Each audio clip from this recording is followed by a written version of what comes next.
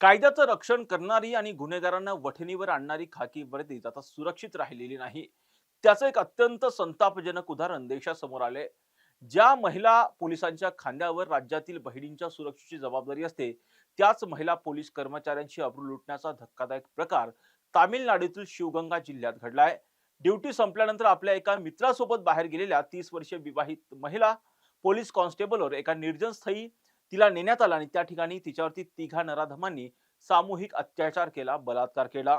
रक्षकच भक्षक बनल्याचा हा धक्कादायक प्रकार असू या घटनेमुळे संपूर्ण देशातील पोलीस दलात आणि महिलांमध्ये तीव्र संतापाची लाट उसळली आहे. खाकी वर्दीवर हात टाकण्याची हिंमत या गुन्हेगारांमध्ये आली कुठून?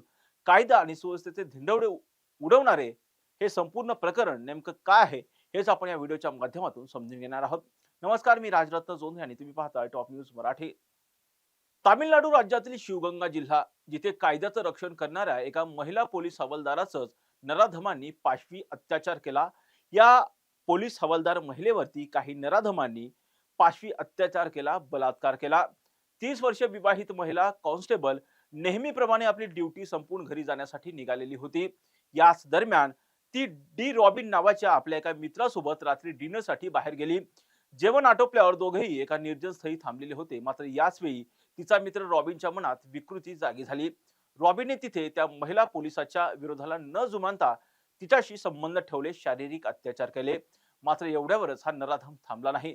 त्याने तात्काळ पीडित महिला पोलिसाचा एक्स बॉयफ्रेंड पी महाराजा याला फोन केला आणि त्यालाही त्याच निर्जन ठिकाणी बोलावून घेतलं.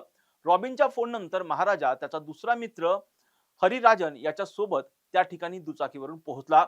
महाराजानं पीडितेकडे तात्काळ लैंगिक सुखाची मागणी केली. पीडित महिला पोलिसानं या गोष्टीला कडाडून विरोध केला. मात्र खाकी वर्दीची कोणतीही भीती न बाळगता या नराधमांनी तिच्यावर बळजबरीने सामूहिक बलात्कार केला, अत्याचार केला. हे तिघे जण पुन्हा अत्याचार करण्याचा प्रयत्न करत असतानाच पीडित महिला पोलिसानं जीवाची बाजी लावून त्यांच्या तावडीतून स्वतःची सुटका करून घेतली आणि रात्रीच्या अंधारात एका जवळच्या शेतातील फार्म हाऊस वरती धाव घेतली. तिथे असलेल्या एका व्यक्तीला तिने घडलेला संपूर्ण प्रकार सांगितला. त्या व्यक्तीनं प्रसंगावधान दाखवत तात्काळ पोलीस नियंत्रण कक्षाशी संपर्क साधला. माहिती मिळताच पोलीस दलात एकच खळबळ उडाली. पोलिसांनी तात्काळ घटनास्थळ गाठून पीडितेची सुटका केली. महिला पोलिसांनी गुन्हा दाखल करून अवघ्या 24 तासाच्या आत रॉबिन, महाराजा आणि हरिराजन या तिन्ही नराधमांच्या पोलिसांनी मुसका आवळल्या असून त्यांची रवानगी आता थेट तुरुंगात करण्यात आली आहे.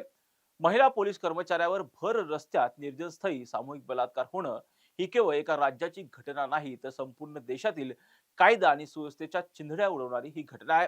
ज्या पोलिसांचा धाक गुन्हेगारांवर असायला हवा, त्याच पोलिसांच्या महिला कर्मचाऱ्यावर हात टाकताना या नराधमांचे हात कसे कापले नाहीत, असा सवाल सुद्धा या निमित्तानं आता उपस्थित होतोय.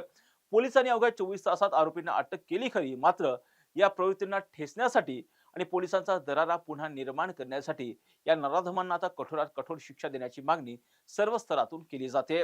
अशाच महत्त्वपूर्ण बातम्यांसाठी आणि विश्लेषणासाठी पाहत राहा टॉप न्यूज मराठी.